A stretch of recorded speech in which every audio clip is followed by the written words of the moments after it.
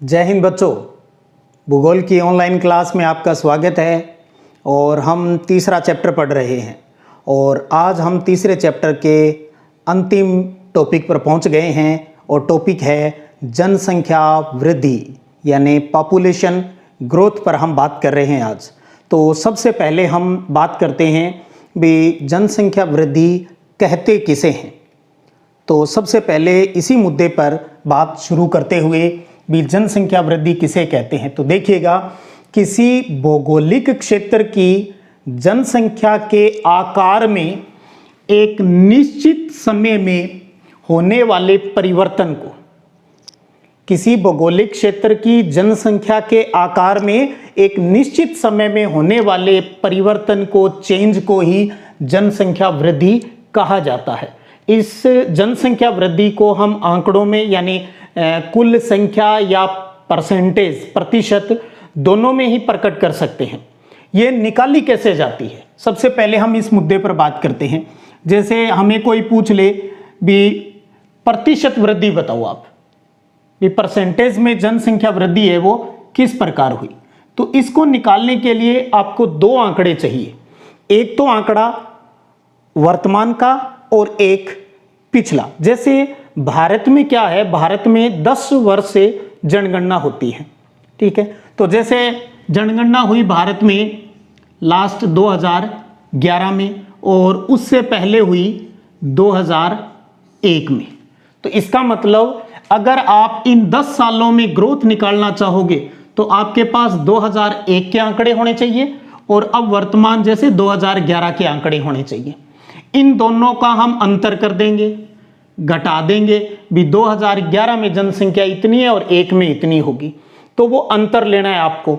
तो सबसे पहले तो हमें इसमें क्या जरूरत पड़ती है, जनसंख्या का अंतर, इस आंकड़े की जरूरत पड़ती है और जो अंतर आ गया वो जनसंख्या की ग्रोथ होगी, ठीक है। और अगर आपको परसेंटेज में निकालनी है तो सेम उसी तरीके से जनसंख्या का अंतर लेकर आपको वर्तमान से पूर्व में जो भी आंकड़े आपके पास है, जैसे हम यहां 2001 वाली बात कर लेते हैं, तो यानी पिछली जनसंख्या की यानी गत जनसंख्या का आंकड़ा लेना है। तो जनसंख्या का अंतर बटा में पिछली जनसंख्या और इसको 100 से मल्टीप्लाई कर दो तो आपके पास क्या आ जाएगी, जनसंख्या वृद्धि दर है वो परसेंटेज में, प्रतिशत में आपके पास आ जाएगी।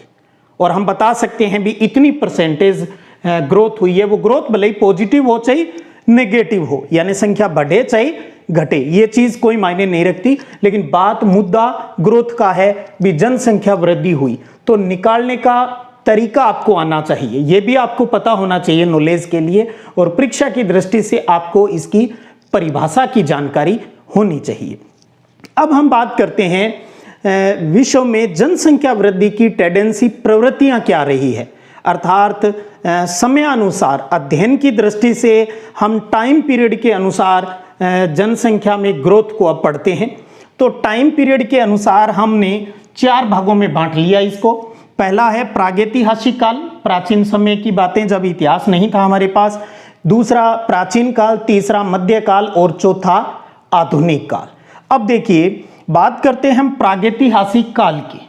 तो इस काल का प्रारंभ मानते हैं भी उस टाइम क्या होता था, व्यक्ति भोजन संग्रह करता था जीवन यापन के लिए और आखेट करता था, शिकार करता था, जैसे कि हमने विश्व की जनजातियों में पढ़ा, ठीक है। तो भोजन संग्रह और आखेट का कार्य है वो उस टाइम किया जाता था। और इस टाइम के हमारे पास कोई आंकड़े तो उपलब्ध नहीं है, लेकिन फिर भी माना जाता है भी विश्व का जनसंख्या का जो औसत घनत्व है, विश्व जनसंख्या का औसत घनत्व उस प्रागैतिहासिक काल के अंतर्गत वो था 0.04 व्यक्ति प्रति वर्ग किलोमीटर। ये आंकड़ा माना जाता है भी प्रागैतिहासिक काल में। इसका मतलब जनसंख्या बहुत ही कम थी। समय बीतता गया और हम आ गए प्राचीन काल, जिसका समय हम मानते हैं 6000 साल पहले की बात हो रही है, यानी ईसा काल के प्रारंभ से पहले की बातें और ईसा काल तक की अगर हम बात करें तो 6000 वर्ष पूर्व में प्राचीन समय के अंतर्गत बात करें तो इस टाइम व्यक्ति है उन्होंने खेती करना शुरू कर दिया था और खेती के साथ पशुओं को रखना भी शुरू कर दिया था, यानी कृषि और पशुपालन का कार्य है वो करना उन्होंने स्टार्ट कर दिया था। और समय अनुसार अगर हम बात करें जब हमारा ईसा काल शुरू हुआ, ईसवी सन स्टार्ट हुआ, तो ईसा काल के अंतर्गत ये माना जाता है भी विश्व की जो कुल जनसंख्या थी वो 20 से 30 करोड़ के मध्य थी। ईसा काल में विश्व की जनसंख्या कितनी मानी गई है? 20 से 30 करोड़ के मध्य मानी गई। फिर समय बीतता गया और हम बात करने लगे 700 से 1650 ईस्वी की, जिसको हम इतिहास की दृष्टि से मध्यकाल बोलते हैं। तो इस मध्यकाल में के एंड की अगर हम बात करें 1650 ईस्वी तक, तो जनसंख्या ग्रोथ करते करते 1650 ईस्वी तक विश्व की जनसंख्या हो गई 55 करोड़। थोड़ा थोड़ा आपको बेसिक नॉलेज इन चीजों का होना चाहिए भी 1650 ईस्वी तक विश्व की जनसंख्या कितनी हो गई थी? 55 करोड़ हो गई थी। फिर हम आगे 1650 के बाद यानी 17वीं सदी के मध्य, आप कैसे भी बोलें, तो 1650 के बाद का जो समय है उसको हमने कहा आधुनिक काल, अपना मॉडर्न टाइम जहां से शुरू होता है। तो 1650 में तो हमने बात कर ली भी जनसंख्या है जो विश्व की 55 करोड़ हो गई, और 1750 ईस्वी में यानी लगभग 100 सालों के अंतराल के ऊपर यह जनसंख्या बढ़कर हो गई 72 करोड़। 72 करोड़। तो 1750 के अंतर्गत 72 करोड़ जनसंख्या होगी। समय अनुसार बढ़ते गए 1850 तक आते आते पूरे विश्व की जनसंख्या है वो 133 करोड़ हो गई। 1950 में 251 करोड़ हो गई। तो यानी उत्तरोत्तर जनसंख्या जो ग्रोथ है, जो ग्रोथ रेट है वो बढ़ती गई। और आते आते सन 2013 की आंकड़ों की अगर हम बात करें, अब जो हमने इसी चैप्टर के अंतर्गत विस्तार पूर्वक पढ़ी है, ठीक है, तो विश्व की जनसंख्या में तो 2013 ईस्वी में जनसंख्या है वो विश्व की कितनी हो गई? लगभग 714 करोड़ जनसंख्या हो गई।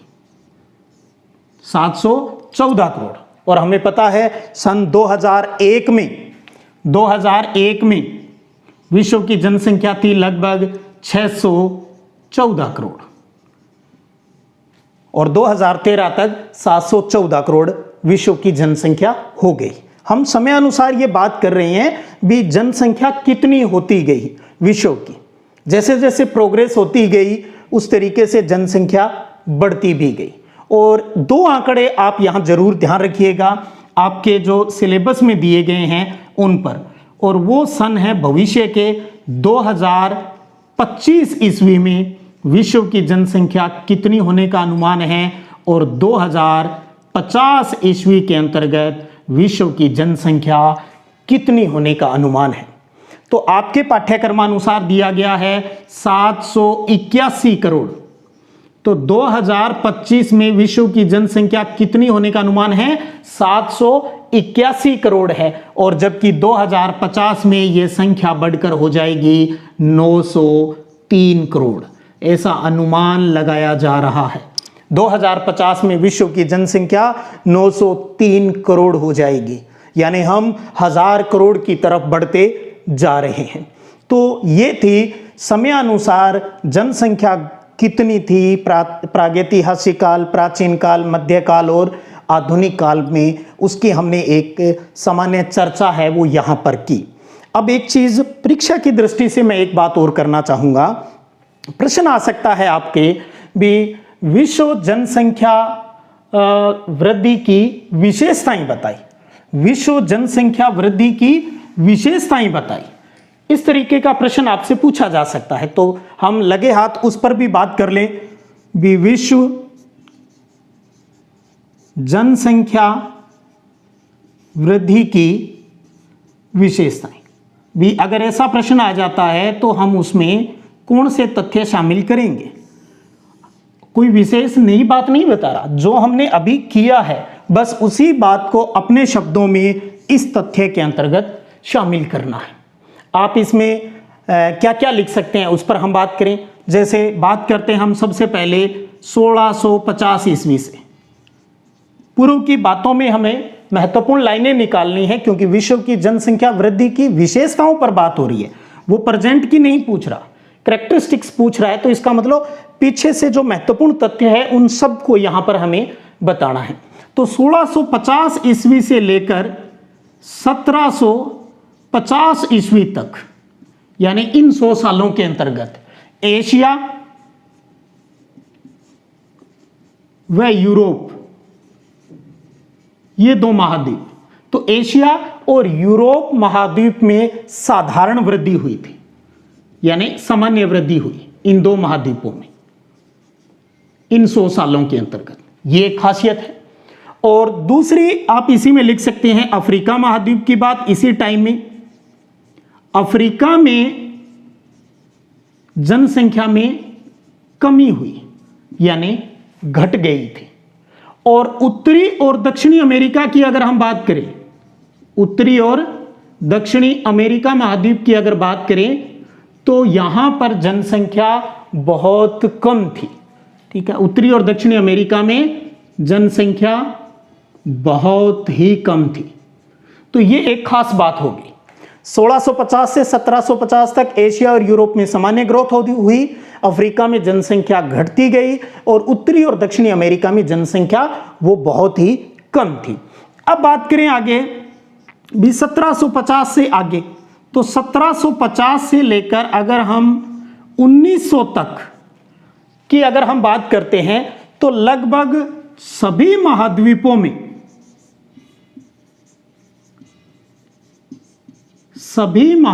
में ग्रोथ हुई।